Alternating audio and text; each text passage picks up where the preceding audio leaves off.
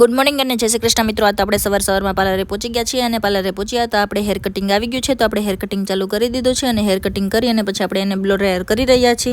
આજે ધનતેરસ છે એટલે બધાને આ ધનતેરસની હાર્દિક શુભકામનાઓ। અને હવે આપણે બ્લો ડ્રાયર કરી રહ્યા છીએ આપણા હેરનું। બ્લો ડ્રાયર કરી અને મસ્ત એવું ફાઇનલ લુક આપી દઈએ છીએ। આપણે જો હેરનું લુક એકદમ મસ્ત આવેલું છે। ક્લાયન્ટના હેર શોર્ટ મીડિયમ હતા અને આપણે એને મીડિયમ જ લેન્થ રાખી છે। ક્લાયન્ટની લેન્થ આપણે કટ કરી નથી। એટલે કોઈ ક્લાયન્ટ એવા હોય કે એવું વિચારતા હોય કે આપણે શોર્ટ હેર છે તો હજી કટિંગ થશે તો લેન્થ કટ થઈ જશે, તો એવું કંઈ હોતું નથી। લેન્થ આપણે એટલી જ રહે છે। અને હવે રવિ પાર્લરે આવી ગયા છે તો હું અને રવિ બે આપણે શોપિંગ કરવા જઈએ છીએ આજે ધનતેરસ નિમિત્તે। તો અમે એક મસ્ત એવી રિંગ લીધી છે। હવે રવિ આપણને એ રિંગ પહેરાવી રહ્યા છે। મસ્ત એવી રિંગ છે। તમને આ રિંગ કેવી લાગી તમારે કમેન્ટ કરવાની છે। આજે ધનતેરસના દિવસે રવિએ મને રિંગ ગિફ્ટ કરી છે।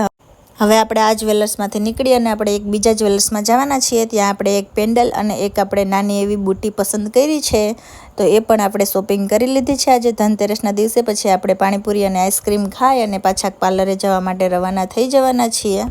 અત્યારે સિઝન છે અને પાર્લરે પણ ફૂલ ટ્રાફિક હોવાની છે એટલે આપણે ફટાફટી પાછા રિટર્ન પાર્લરે આવી ગયા છીએ। બધા સૂતા હશે અને આપણું પાર્લર હવે આપણે ખોલી નાખવાના છીએ।